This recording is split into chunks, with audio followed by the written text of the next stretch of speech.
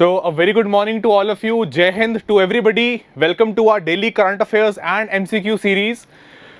So, as I had said that we'll definitely try and send a recorded session. So, let's discuss. Let's get started.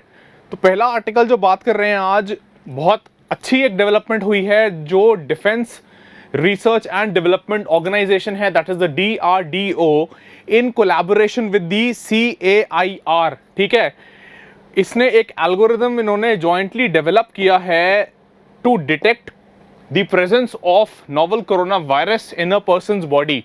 ठीक है, how they have done, let's discuss that. So the defence research and development organisation, that is your DRDO, and the centre for artificial intelligence and robotics, Center for Artificial Intelligence and Robotics, that is CAIR, they have created an artificial intelligence algorithm. ठीक है, computing background से जो होंगे definitely वो acquainted होंगे इस term से, algorithm से, बट जो नहीं भी हैं सिंपल आप समझ लो कि एक तरीके से सॉफ्टवेयर है एक. ठीक है, to detect the presence of COVID-19 disease in chest x rays. तो ये बेसिकली क्या करेगी, किसी भी पर्सन का जिसका चेस्ट एक्सरे होगा उसमें ये कुछ पैटर्न्स जो है उसको स्टडी करके ये बताएगी कि क्या वो व्यक्ति जो है वो कोविड से पीड़ित है. ठीक है, then according to the developers, according to these organisations, the tool which has been named as Atman AI. ठीक है, ये नाम जरूर याद रखना है. This name here is very important, that is Atman Artificial Intelligence, Atman AI. Used for chest X-ray screening has shown an accuracy rate of 96.73%. Now if we also talk about the accuracy rate, that is pretty good. अगर 96, nearly 97% का आपके पास accuracy rate है, that this is nearly 97% of accuracy rate. So that is a great achievement, है ना? That is not a small achievement by any stretch of imagination. जो ये tool है, it will help in automatically detecting radiological findings indicative of COVID in a time of seconds, in a time span of seconds. मतलब ये कि आपको RT-PCR आप कराते हो, reverse transcription polymerase chain reaction जिसको आप कहते हो, RT-PCR टेस्ट, उसमें काफ़ी घंटे लगते हैं एक्चुअल में उसका रिपोर्ट आने में. ठीक है, लेकिन अगर हम इस आत्मन आर्टिफिशियल इंटेलिजेंस के थ्रू अगर डिटेक्ट करना चाहें तो within a span of seconds you can with this much accuracy tell whether a person is infected by Covid or not. Then the virus, अब देखो जो काम ये करता है, कैसे काम करेगा ये एल्गोरिदम. जो वायरस है, it affects the lungs early even before the patient starts showing significant symptoms. बाकी सिम्टम्स आते हैं उससे पहले ही लंग्स में जो है इफेक्ट इसका दिखना शुरू हो जाता है. It starts damaging the lungs of a person. Thus, compared to an RT-PCR test which takes many hours, an X-ray based diagnostic tool can detect the infection in early stages within processing time in seconds. तो simple सी बात यह है कि जब x ray किसी व्यक्ति का लेके आप इसको इस एल्गोरिदम के through you will just go through that based on the machine learning that it has gone through. मतलब कहने का ये है कि ये एल्गोरिदम जो है इसने कई सारे पहले सैंपल एक्सरेज को जो स्टडी करके इस एल्गोरिदम को या इस सॉफ्टवेयर को डेवलप किया है. It will detect the pattern and it will tell you whether the person is infected by Covid or not.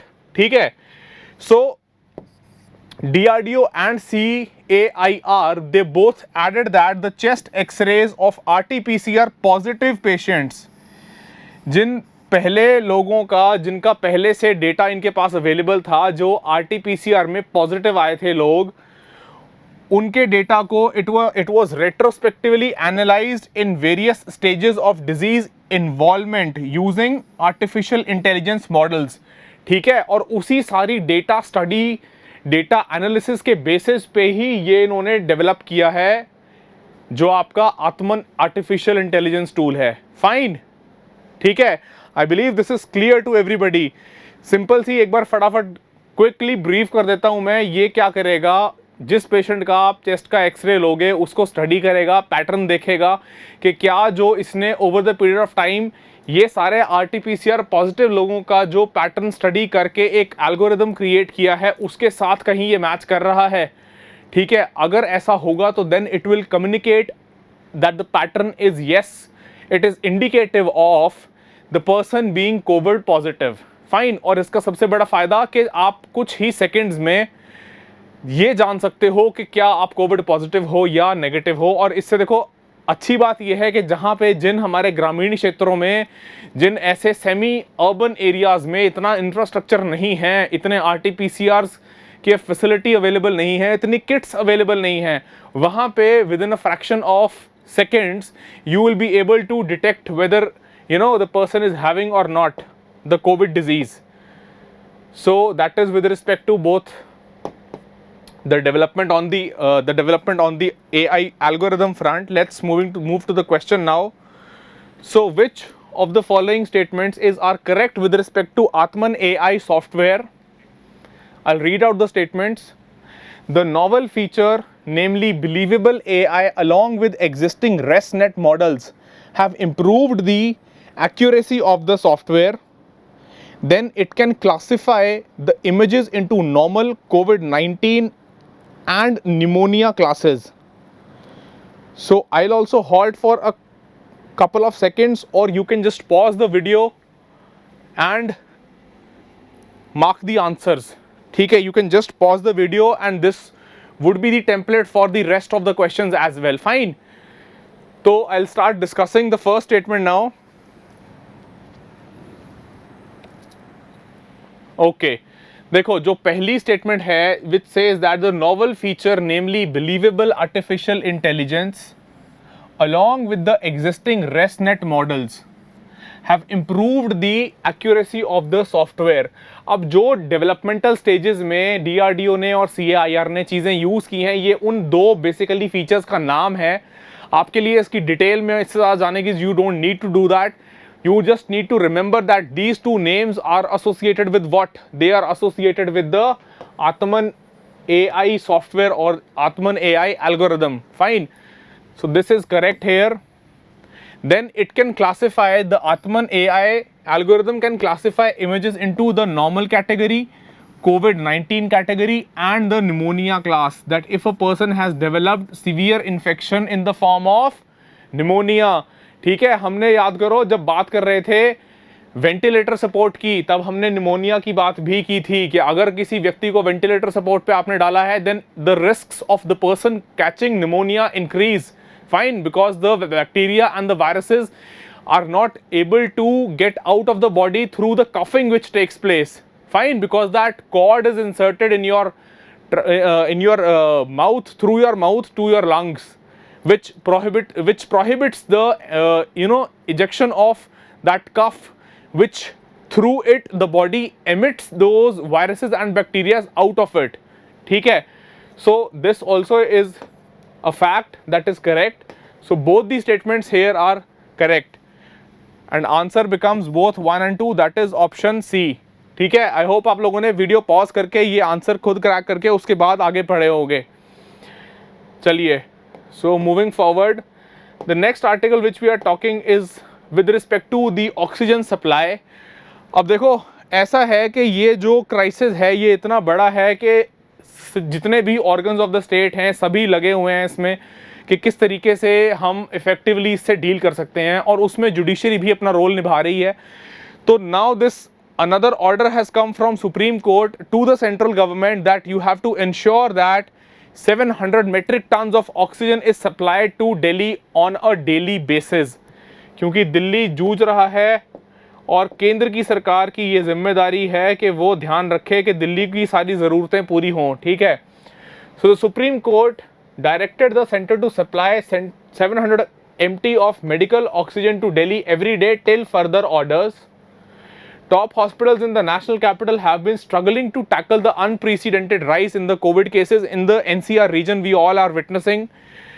Then the Supreme Court, it had gone, one step I would say one step ahead, and it had strictly warned that it will pass orders against the officials concerned कि जिन भी officers की या जिन भी अधिकारियों की ये जिम्मेदारी है, अगर वो इसमें they are found wanting or if they are not fulfilling their jobs in the form of the order of the apex court, then for those of concerned officials it can pass orders if the oxygen is not supplied on a daily basis. तो ये देख लो यहाँ पे कि executive का, आपका जो executive branch है उसका ये हाल हो गया है कि अब जुडिशरी को जो डे टू डे फंक्शन, जो नॉर्मल फंक्शंस हैं एग्जीक्यूटिव के, the executive is tasked with policy implementation. This is the implementation thing or the execution thing. That is the main domain of the executive organ of the state. And when the judiciary is required to, give orders or give instructions, then certainly that casts a very bad shadow on the executive. मैं ये नहीं कह रहा कि challenging times में executive जो organ है या जो सरकार है उसको हमें थोड़ा सा, हमें भी कोऑपरेटिव होना चाहिए या हमें भी थोड़ा कोऑपरेशन दिखाना चाहिए. सर्टनली सिटीजन्स जो हैं वो जूझ रहे हैं कोविड से भी, और साथ ही साथ वो बहुत धैर्य भी दिखा रहे हैं. बहुत लोग हैं जो मदद भी कर रहे हैं, सिविल सोसाइटीज़ हैं, एनजीओज़ हैं, बहुत सारे एक्टिव सिटीजन्स भी हैं. ठीक है, लेकिन ज़रूरी है कि सरकार भी अपनी तरफ से पूरा जोर लगाए. और सुप्रीम कोर्ट की ऐसी जो रूलिंग्स आती है ना, खासकर तो लगता है कि एग्जीक्यूटिव सही से काम नहीं कर रहा है तो अपना. Fine. So coming back to medical oxygen, the medical oxygen is high purity oxygen suitable for use in the human body and it is used for medical treatments. We had briefly dealt upon medical oxygen earlier also. The medical oxygen cylinders contain a high purity of oxygen up to 99.5% purity. इतनी purity भी होती है अगर आप medical oxygen की बात करो जो सिलेंडर्स में ट्रांसपोर्ट करते हैं. ठीक है. No other gas or no other types of gas are present in the medical oxygen cylinder so as to prevent contamination. Fine. So these are certain facts with respect to medical oxygen.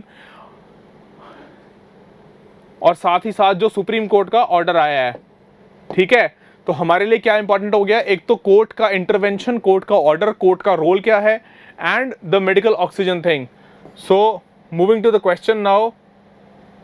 Yes, which of the following statements are correct about medical oxygen, or LMO also you can call it. So according to Drug Prices Control Order, LMO is placed under the National List of Essential Medicines, that is NLEM. Then the second statement which says National List of Essential Medicines are monitored and controlled by the Central Drugs Standard Control Organization. And last, that is retrolenticular fibroplasia is a potential side effect of medical oxygen. Yes, I'll take a halt here, or you can also pause the video and solve this question before you move on to the discussion part.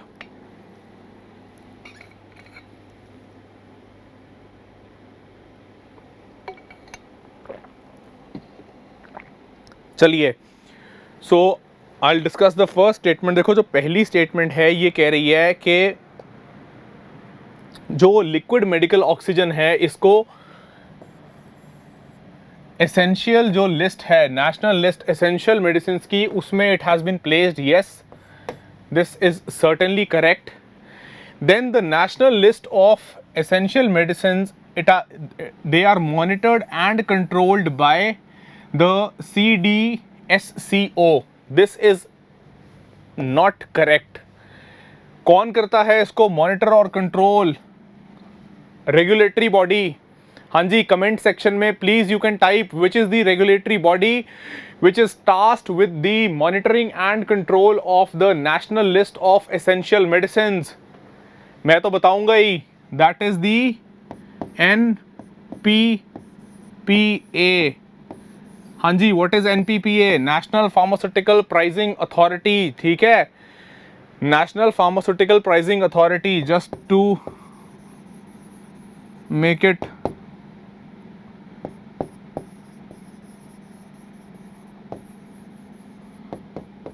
clear to all of you, National Pharmaceutical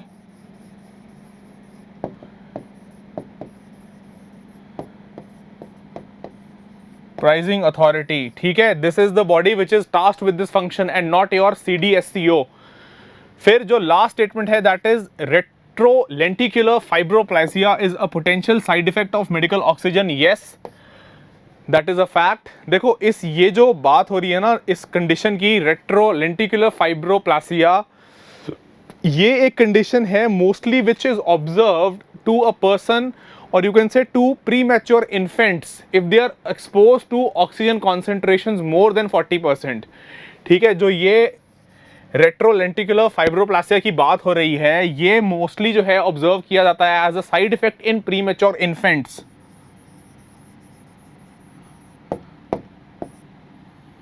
rather I should write premature. In premature infants, if they are exposed to what? When they are exposed to oxygen which is more than 40% in concentration, O2 levels with concentration greater than 40% या oxygen that is having concentration more than 40%, अगर इसको आप expose करते हो, then this retrolenticular fibroplasia is a condition that can develop। ठीक है, और इसमें होता क्या है, it is an abnormal growth of blood vessels in the eye। आंख में एक abnormal growth of blood vessels जो है वो इस कंडीशन में होती है। ठीक है, सो हमारे लिए इंपॉर्टेंट ये है कि 2-3 कुछ इंपॉर्टेंट जो साइड इफेक्ट्स एसोसिएटेड हैं with the exposure of medical oxygen, उनको ध्यान में रखें। अगर मान लो पोटेंशियल क्वेश्चन यूपीएससी पूछता है, ठीक है, तो कन्वर्जन्स होते हैं, सीजर्स होते हैं, ये भी देखने को मिलता है। अगर नॉर्मल मतलब एडल्ट्स में, नॉट जस्ट इन्फेंट्स, अगर उनको आप मेडिकल ऑक्सीजन देते हो, ठीक है, सो that is with respect to statement 3, तो first and third both are correct and you were asked to mark the correct statements। your answer here will be A, that is 1 and 3। ठीक है, answer होगा यहाँ पे A, that is 1 and 3। Fine, चलिए, so I believe this is clear। moving forward, अगर किसी का कोई डाउट रह भी जाएगा तो don't worry, just mark it down and will discuss it in the next lecture, in the next session. Fine, so एक और जो आर्टिकल है जो मैं डिस्कस करना चाहता हूँ आज, वो देखो, ठीक है, हिस्टोरिकल इंपॉर्टेंस है। सरकार का प्लान था नए तरीके से पार्लियामेंट बिल्डिंग डेवलप करने का, राजपथ वाले सारे एरिया को रीस्ट्रक्चर करने का, और उसमें एक स्ट्रक्चरल हैजार्ड वाला एंगल भी है कि since these buildings now they are almost more than a century old, तो इसलिए ये ज़रूरी भी है कि आप इतनी पुरानी बिल्डिंग है कि कई डेकेड्स पुरानी, तो उसको रिवैम्प करो। पर क्या उसकी टाइमिंग, प्रायोरिटीज़, उसमें लगने वाला पैसा, जो एक्सपेंडिचर होगा, और साथ में जो आपका इस वक्त जो कंडीशंस प्रिवेल कर रही हैं on the health front and the economic front, ठीक है, do they really allow that? So चलो ठीक है, let's discuss the central vista project. So finally इस पे काम जो है अब ऑन ग्राउंड स्टार्ट हो गया है, और अभी भी despite the lockdown the government has gone ahead with the work in it. So the Rajpath stretch that has India Gate as the backdrop has witnessed drastic changes as the ambitious Central Vista redevelopment project takes shape. Trenches have been dug on the sides of the road and red road blockers have replaced the ironic link fence and lamp posts।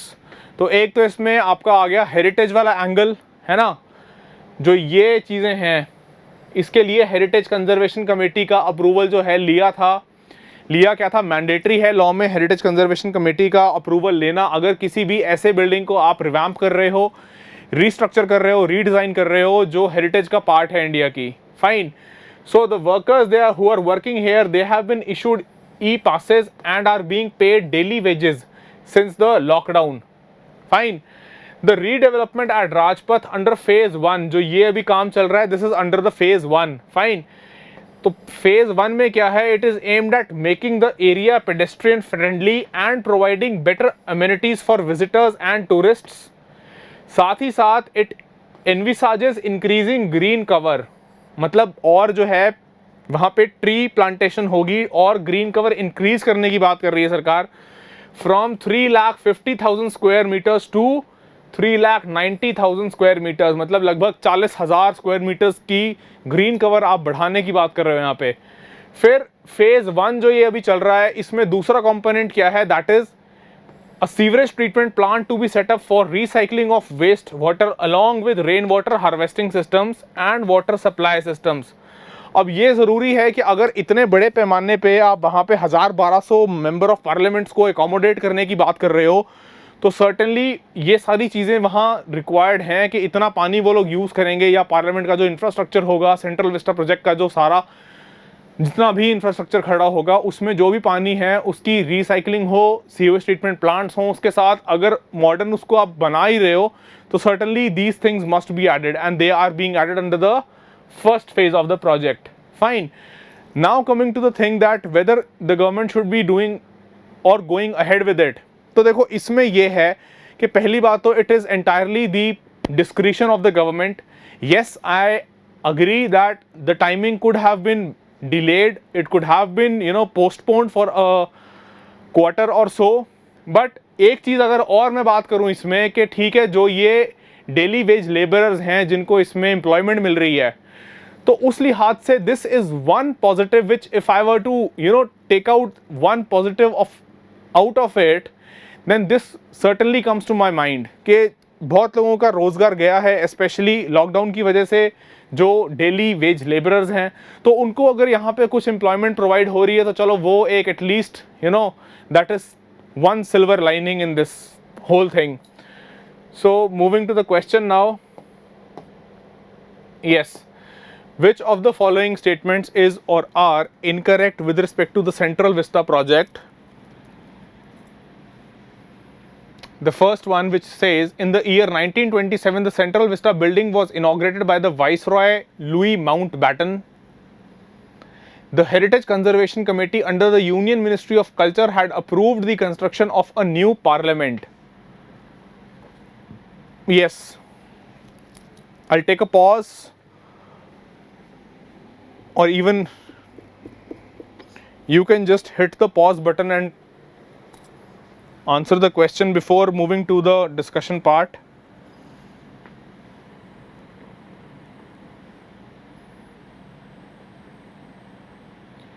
चलो ठीक है. देखो, जो पहली statement है, जो central Vista building या जो पूरा ये सेंट्रल विस्टा जो एरिया है, इसको डिज़ाइन किया था एडवर्ड ल्यूटिन्स ने और हर्बर्ट बेकर ने. ठीक है, 1920s की जो बात है. एडवर्ड ल्यूटिन्स इसलिए बहुत लोगों ने, आप लोगों ने सुना भी होगा इसको, इस एरिया को क्या बोलते हैं, लटेंस दिल्ली, है ना, आर्किटेक्ट के नाम के बेसिस के उसके ऊपर ही.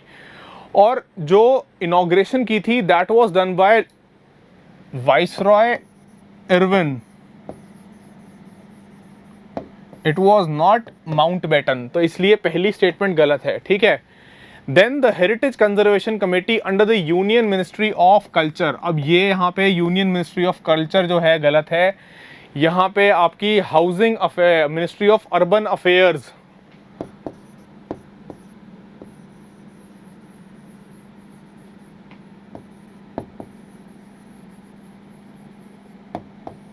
It is the ministry of urban affairs and not your ministry of culture. तो आपका आंसर क्या हो जाएगा? Both 1 and 2 are incorrect. ठीक है. जो कंट्रोवर्सीज हैं, ऑपोजिशन लीडर्स जो रिमार्क्स दे रहे हैं, वो हमारे लिए एज सच इंपॉर्टेंट नहीं है.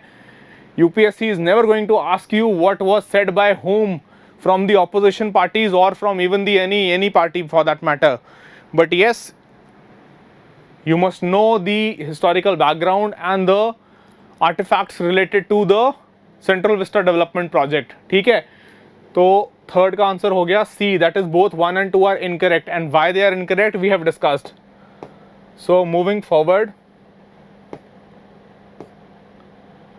हाँ जी, तो इंडिया और यूनाइटेड किंगडम के ऊपर एक आर्टिकल है which talks about the summit that was held, virtual summit that was held, and उस समिट के साथ अब और जो निकल के चीज़ आई है, साइंस टेक इनोवेशन के ऊपर जो अग्रीमेंट हमने किया है या जो हमने डेवलप करने की सोची है पार्टनरशिप यूके के साथ. Fine. So India and United kingdom they agreed on a common vision of a new transformational comprehensive strategic partnership between UK and India. ठीक है. N ambitious India UK road map 2030 to steer cooperation for the next 10 years was also adopted.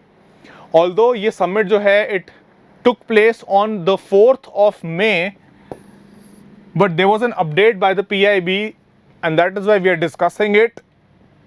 So both the prime ministers emphasized their shared commitment to an enhanced partnership in science, education, research, innovation and look forward to the next ministerial science and innovation council. ठीक है, अगली जो ministerial due है science and innovation council, इसका भी इसमें जिक्र हुआ and certainly we look forward to that meeting. Fine. अब अगर बात करें की पॉइंट्स, यहाँ पे थोड़ा सा ओवरलैप हो गया है, पार्डन मी फॉर दैट. सो की points regarding the science tech and innovation cooperation between India and UK. इसमें कुछ पॉइंट्स हैं जो मैंने यहाँ पे की पॉइंट्स इंक्लूड किए हैं as a direct fodder for you people. So enhance cooperation between India and UK, ये सेम ही हो गया India and UK. Strengthening the role of women in STEM. हाँ जी, स्टेम, व्हाट इज स्टेम? ये STEM क्या है? S T single M, S T E, उसके बाद सिंगल एम तो पता है. ये what is the last M? This is basically science, then technology, then it is engineering. ठीक है, उसके बाद जो एक एम है दैट इज मैथ्स.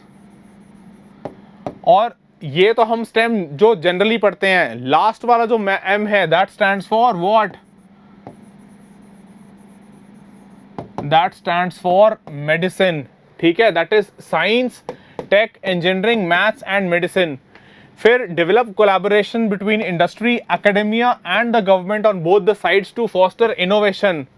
ठीक है, amongst school students through what? Through India innovation competency enhancement programme. ठीक है, ये सेकेंड गोल, सेकेंड ये आप कह सकते हो की पॉइंट. फिर third point says position UK and India as mutual partners for the areas of shared priority which include what? Health, circular economy, climate, clean energy, urban development, engineering, healthier environment, etc. You can read it out. Fine. Then fourth point says forge partnerships across the pipelines of research and innovation. तो कुछ ये broad चीज़ें हैं जहाँ पे collaboration की बात हो रही है between India and UK. अब इसको एक backdrop और समझो यहाँ पे जो important है हमारे लिए बात करना. Brexit के बाद यूके का रिलेशनशिप जो है वो यूरोपियन यूनियन से अलग होके इंडिया के साथ रहेगा. और हमारे लिए भी अब यूके के साथ जो डील हमने करना है that is that has to be balanced with how we deal with the European Union. And remember yesterday we had discussed India and European Union agreeing to what? Agreeing to negotiate or discuss again their free trade agreement. ठीक है, तो उसके साथ देखो Brexit वाला जो angle है, Brexit मतलब यूके का अलग होके और उसके बाद इंडिया का यूके के साथ जो रिलेशनशिप रहेगा एंड इंडिया का जो ब्लॉक है यूरोपियन यूनियन उसके साथ जो रिलेशनशिप रहेगा.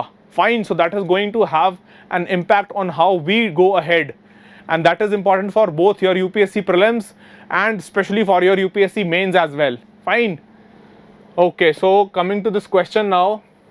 सो which of the following statements are correct regarding the UK-India Education and Research Initiative?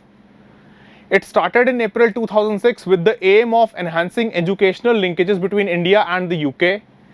Its third phase is being implemented through 2016 to 2021. And the initiative is completely financed by the United Nations Educational, Scientific and Cultural Organization, that is UNESCO.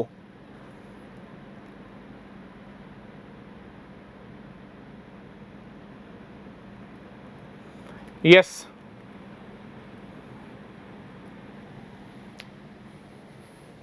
I'll take a halt. Please type your answers.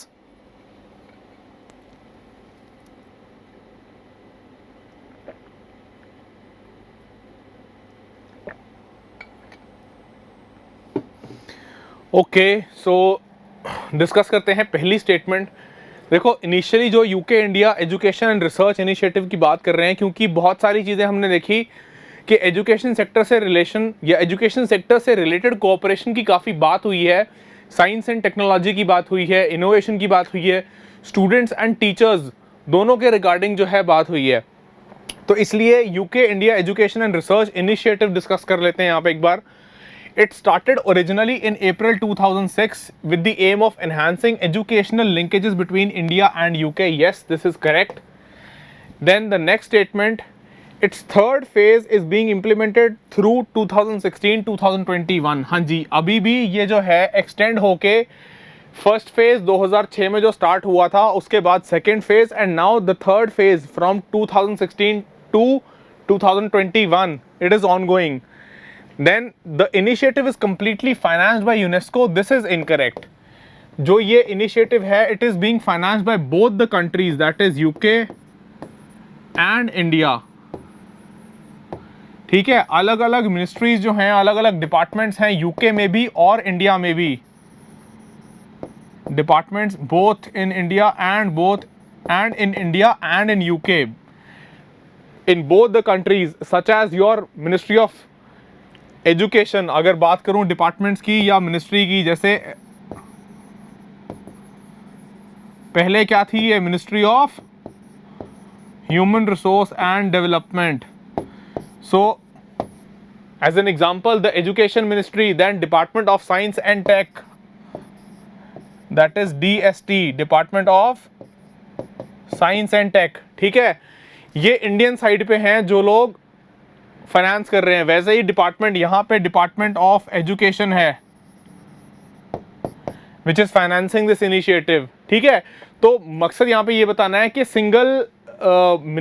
Single ministerial या uni ministerial project नहीं है, it is a multi ministerial multi departmental project, जिसको आप कह सकते हो, और you can also say that it is a multi stakeholder project.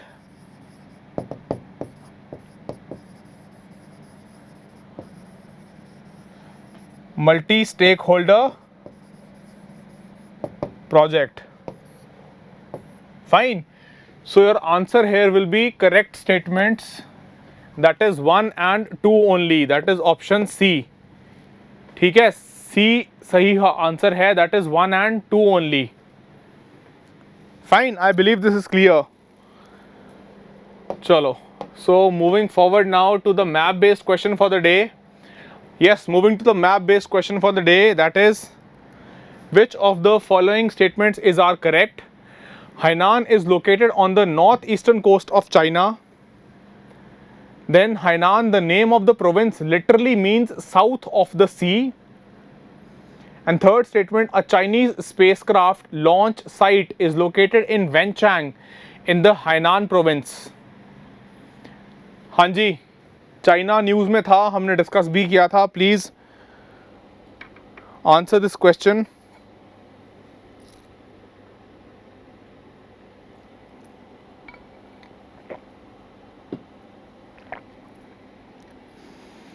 Okay, so I will just start discussing it now.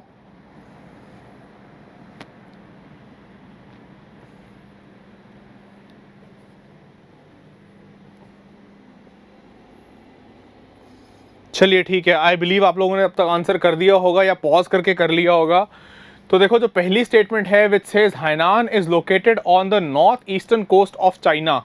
अब ये जो है एक बेसिकली आइलैंड है, और ये कोस्ट पे तो वैसे भी आइलैंड जो है वो अगर मेनलैंड का पार्ट है तो हम बात कर सकते हैं, लेकिन अदरवाइज भी ये नॉर्थ ईस्टर्न साइड पे चाइना के तो बिल्कुल भी नहीं पड़ता। ठीक है, ये it falls on the southern side of China.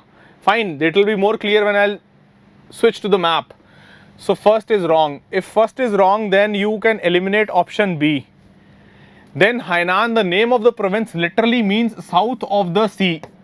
So ये सही है statement. If we go by the pedagogy, या आप directly इसका literal meaning देखोगे तो it is south of the sea. South of the sea जो इसकी location है उसको दर्शाता है। ठीक है, Then a Chinese spacecraft launch site is located in Wenchang in the Hainan province. Certainly this is correct. यहीं से क्या लॉन्च किया था चाइना ने? लॉन्ग मार्च, जो चाइना का लॉन्ग मार्च 5B रॉकेट है उसको यहीं से लॉन्च किया था चाइना ने। ठीक है, and that is why this location was in news also. So your answer will be option D, that is 2 and 3 both are correct. ठीक है, चलो let's quickly move to the map now. So देखो यहाँ पे clearly visible है, ये southern south side है China की, and this is Hainan here. हाँ जी, आई होप यहाँ क्लियर है हाइनान. ठीक है, और हाइनान प्रोविंस में भी देखो ये जो रेड डॉट है, this is the site which is the Wenchang launch site of China. और ये जो मैप है it is depicting the launch centres in China. ठीक है, 1 2 3 और ये 4 लॉन्च स्टेशन यहाँ आइडेंटिफाई करके मैप में डिपिक्ट किए हुए हैं, जो लॉन्च स्टेशन हैं कहाँ, चाइना में. और ये आपका जो आइलैंड है कौन से सी में है, साउथ चाइना सी. ठीक है, तो I believe this is clear to all of you. The Hainan province and the Wenchang launch centre which is located in the province of Hainan. ठीक है, चलो बाकी सारी लोकेशंस यहाँ ऊपर नॉर्थ कोरिया, साउथ कोरिया आ गया आपका, फिर ऊपर मंगोलिया आ गया. देन दिस इज ताइवान, ये ताइवान स्ट्रेट हो गया. ठीक है, फिर फिलीपींस, पैसिफिक ओशन. कंप्लीटली देखना है, मैं आपको बार बार रिपीट करता हूँ इस चीज़ को. फाइन, चलो. So I believe this is clear, we are done and dusted for the day. यहाँ पे और ज़्यादा एक बड़े मैप में क्लैरिटी है कि अगर ब्रॉडली देखोगे, ईस्ट चाइना सी, फिलीपींस सी, साउथ चाइना सी, ये फिलीपींस आ गया इधर आपका, और ये रहा आपका बेसिकली हाइनान. ठीक है, उसमें वेंचैंग डिपिक्ट किया था इसलिए वो मैप इंक्लूड किया था. यहाँ से आपको और ब्रॉडली क्लियर हो गया होगा ये. Fine, so I believe this is clear to everybody. So thank you so much everybody for joining in. And yes, before we conclude, अगर आज के सेशन में कोई भी डाउट किसी का है, then just relax, we will definitely cater to, will clear it in the next session. Fine, until then stay safe, have a safe and great weekend, study well. Thank you so much. This is Piyush signing off. Thank you.